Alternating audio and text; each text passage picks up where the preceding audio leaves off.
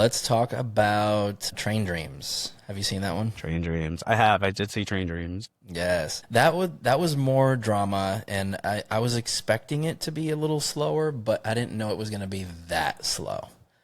But see, again, so Marty Supreme has this sort It's of like the complete opposite. It's like you go well, going yeah, 100 there's miles so an much hour. chaos, Yeah. but they both have something in common. There's this sensibility of like this anticlimactic ending. There is like he did win, he finally beat, but like at the end of the day, the payoff is that he went to go be a dad. Like it's like okay, well then, all right, that Yeah. was it. Train Dreams has a very similar sort of thing because in Train Dreams he just dies. You know what I mean? Like it's a character study. It's a slice of life movie. It's made to see this guy's life and present to you something within. Really, it's a period piece. It's just to show you what's going on in that period of time, Right, and right. it's just a person in that period of time. But it was also like it was just so. It was a sweet movie. It gave you the feels because the actor was really nice, but he was a really good actor. But it was also like this like. You just felt bad for him. You just wanted to like hold him and be like, I'm so So much sorry that you're happened to going this through guy. this. Yeah. And I love the fact that the movie spanned the majority of his adult life. Like he Yeah. went from meeting this woman to, essentially marrying her, having a child, while at the same time going out and being a logger. And then, then he loses them, spoiler alert. He loses them and then has to deal with the loss in addition to this hard life that he had made for himself. And it's like not only did we see the span of this man's life, but we also see the span of that time from chopping down trees with axes to now at the end of the movie using chainsaws and him kind of Right. struggling a little bit with that. And I love that aspect of it because it makes him a real character, right? Like someone, you don't think about it because we're young, we're always used to using computers, but for like my mom and grandma's age, they didn't grow up with computers. They eventually were forced upon it. And I think that struggle is something that's generational, right? Like I'm sure when we get to that age, we're going to struggle with some of the newer stuff that the kids are just going to pick up and know how to do. So the fact that, and one of my favorite scenes is towards the very end when he's trying to start the chainsaw and he can't because like he has arthritis in his hands, like he's been chopping logs his entire life. Like that to me was just, it was creme of the crop. I love that because it showed that divide and how a young guy just comes, hey, old timer, Yeah. give me the he's got chainsaw, it. I'll do it. And then he just does it like nothing. So Right. I loved it. I love the contrast of the young versus old. And that's a recurring theme throughout the movie, right? Because the Right. old guy, I can't remember his name, when he dies, he was kind of struggling with that time. So it's kind of like the history repeats itself. And yeah, it's just a getting old story, dealing with loss and family and everything else. But yeah, I loved it. It's one of my Yeah. favorites on the list. No, I agree. I actually had zero hopes for it going in. I was like, Me what is this too. crap? What is Me this too. No, garbage? you know what? When I first saw the trailer and I saw that it was letterboxed, right? It wasn't even widescreen. Yeah. They literally cropped the frame to make it look like an old 80s and 90s movie, like we're watching it on VHS. That kind of turned me off a little bit, but I was like, you know what? It was nominated. I'm gonna give it a shot. That's what I'm saying it a with shot.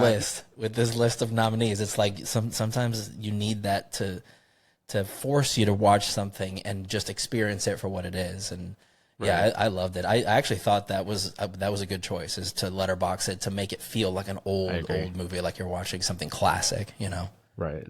No, and the theme of the movie is really like this idea of like the rapidly modernization of the world. And especially at that time period, it was very rapid.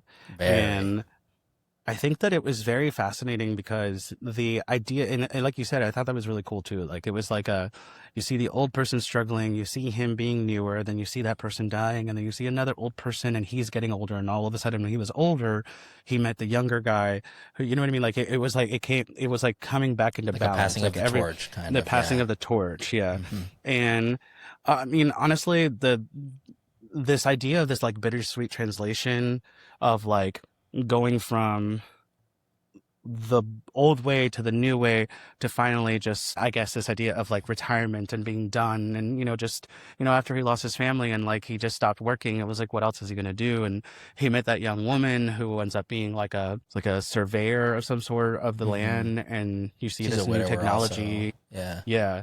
And it was just like, it's just this idea that like you either progress with the world or you die. And he progressed as much as he could until he was just like, he's too old. And it's sad because it's also like it's a commentary on life and a commentary on the reality of just being alive, being a person. You do your hardest to create a family and you do your hardest to provide for your family. And at the end of the day, you can't provide them with 100% of anything. And, anything could be taken away from you at any moment. And do you choose to leave your family for months at a time to provide for your family? Or do you stay with your family and neither of you can provide for each other?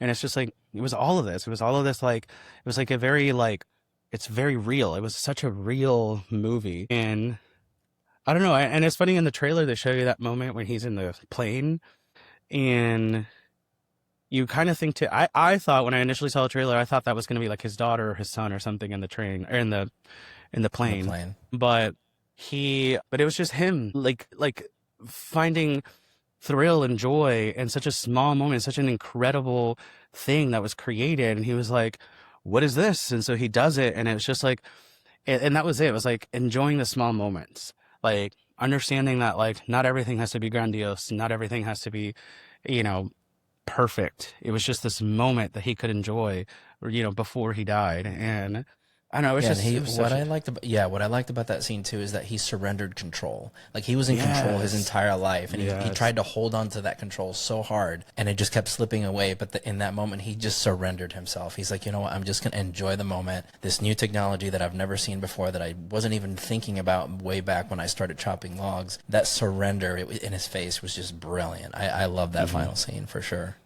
And when it finished, I was like, you know what? I usually don't like movies like this because I'm not a slice of life person. Like, what was that? Or the one that I can think of the most was Lady Bird. Fucking hated Lady Bird. I was Oh, like, I what the love fuck is Lady this Bird. shit? I know a lot of people do, and it was nominated.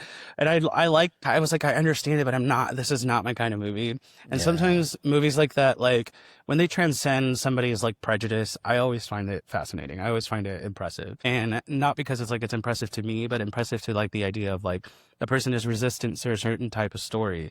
But if the story can transcend your expectations, I think that deserved the nom because of that. You know what I mean? Because Yeah. it could have been boring, but it wasn't boring. It was just, Hmm. I've always said this. This is my one thing I always say. A boring movie is not a bad movie. It's just that it is the movie in and of itself doesn't provide the same stimulation that I don't know a Transformers pew pew movie does. Yeah. The Yeah. stimulation is not there. That doesn't mean it's a bad movie. And Yeah. I say that about The Brutalist because it was brutal. That movie was a brutal undertaking.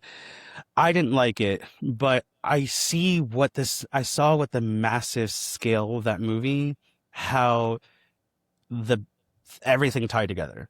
Like including the massiveness of what he was doing in the movie of creating this like giant architecture.